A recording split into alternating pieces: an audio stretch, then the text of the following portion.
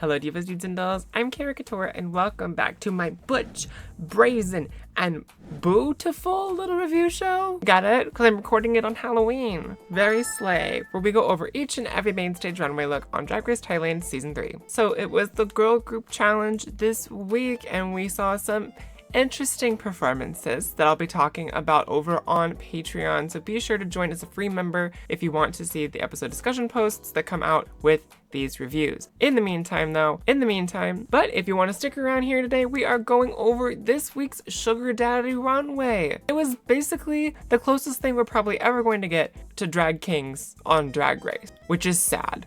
Put drag kings on Drag Race. There's really no reason why you couldn't have them on the show, besides RuPaul not knowing how to judge them, and that extending to the rest of the judges. But anywho, if I thought they were fine but weren't anything incredible, we give them an okay.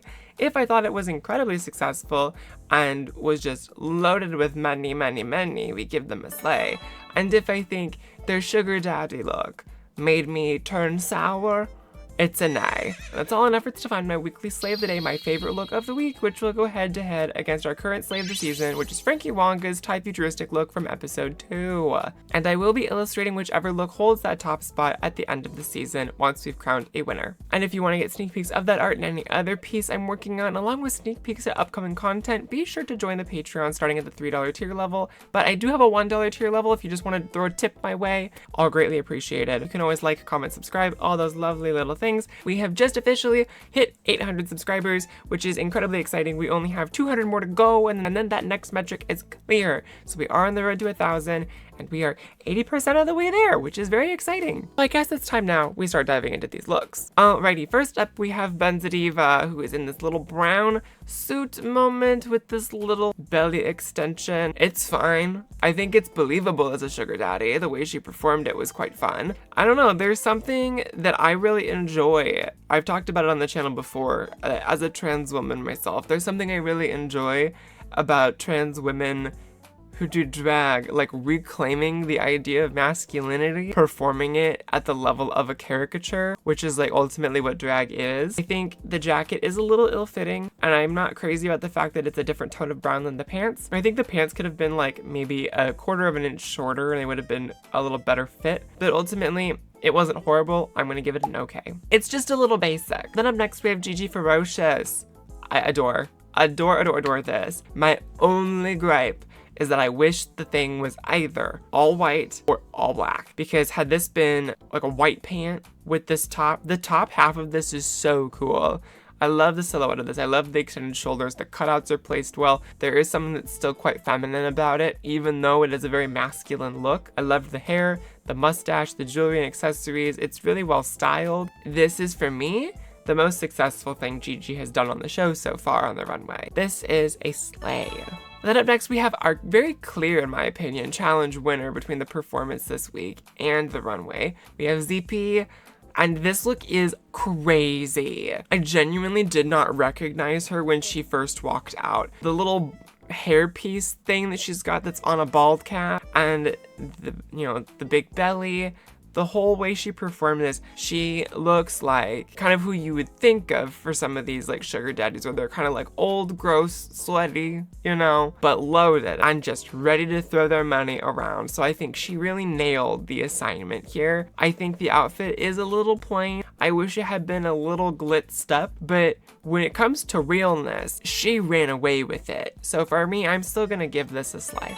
Then we have Nani Sfera, who's in this little gold moment with this male chest piece, which I love when we get a drag king chest piece moment. I think it's so cunty.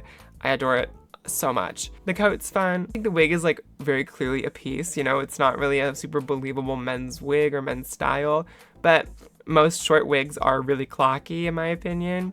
I think having all of the watches and stuff, which ZP, I believe, also has on the inside of her jacket, but I think this is just more spectacle, so I think Nani beat her in that regard just a smidge. I do wish that it had been a little bit more than a gold jacket with some chains and a gold belt and black pants. It's a menswear look, so you really can't expect much because most men don't do much with their look. So I'm gonna give her a soft slay. Then up next we have Sam Pusri, and Mama,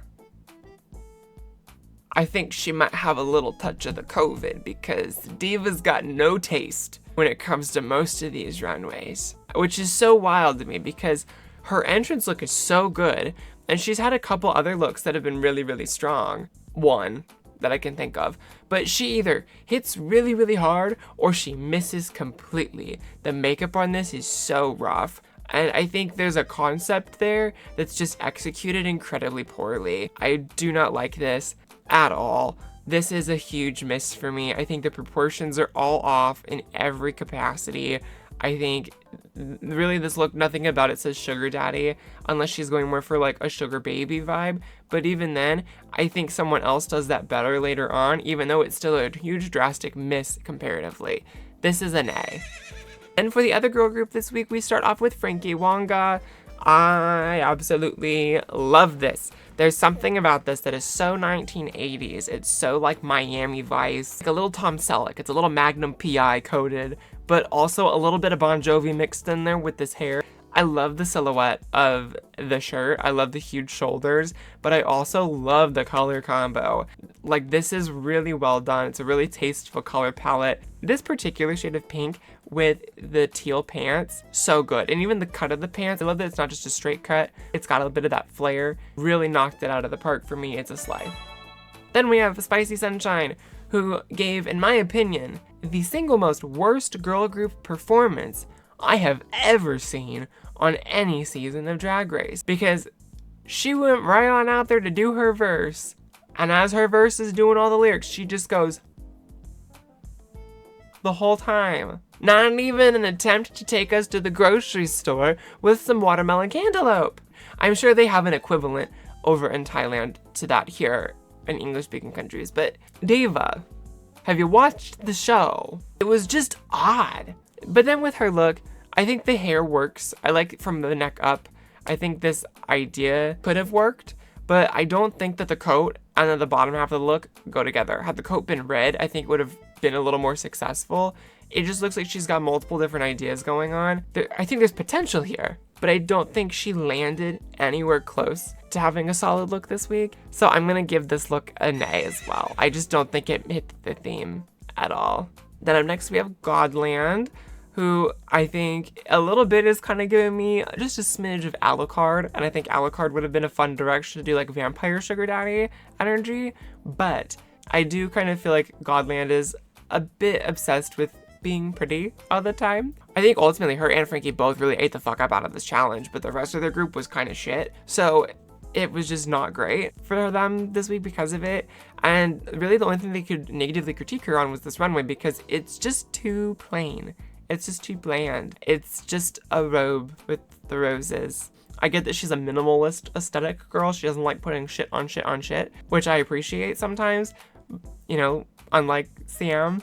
But I just think that this could have been delivered a little bit stronger, in my opinion. It's okay. Then we have Karamite, who went more sugar baby than sugar daddy, but I think she did it more successfully than Siam did. I think still in general, I hate the length of the dress. I don't like the neckline of this dress on her. I think that the cut of it is just a slight bit high, so it does kind of truncate her just a smidge. And then just in general, I think having her out of drag be the sugar daddy is a weird choice, but I also do think that in a weird way, when you're a drag artist, your drag character kind of is your own personal sugar baby because they eat up all of your money. So I think there is something like funny there with that, but I'm probably reading way too much into it. It's gonna be an okay for me, an execution of the look, but a nay for me overall because it just doesn't really fit the theme in my opinion. The theme was sugar daddy. That's not what she did. And then finally we have Shotgun, who is giving us this little Yakuza moment. I kind of love this. I don't really think that the reveal was necessary into the full, like, male bodysuit with the little G-string, but I love this coat. I think of most of the coats on the runway this week because there's a lot of jackets, there's a lot of outerwear. I think this is the most interesting one. I think the cut of the pants is cool. I loved the, the Yakuza armband. The hair is really cool too. I think this is a successful look. I just wish that she didn't look so awful during the girl group challenge because her verse was fun.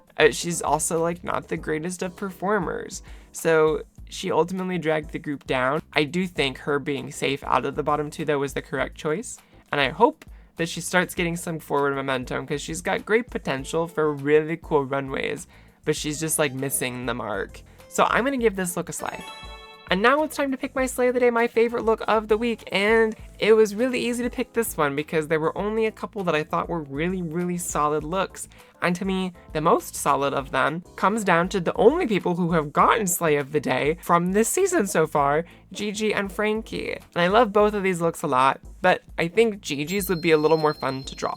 So Gigi is going to get our slay of the day for episode 3. That being said, this look, when we put it next to Frankie's look from last week, it just does not hold any sort of realistic lick of a chance of beating it. So Frankie is going to stay as our slay of the season for yet another week. Surprise, surprise to absolutely no one. I won't be surprised if this ends up being the best look by the end. And we will see next week what happens on the runway because we are now down to single digits, which is one of my favorite points in a competition. So we will see you on the next one. Be sure to go out there, you all. Stay kind, stay queer, and make sure that your day is very slay.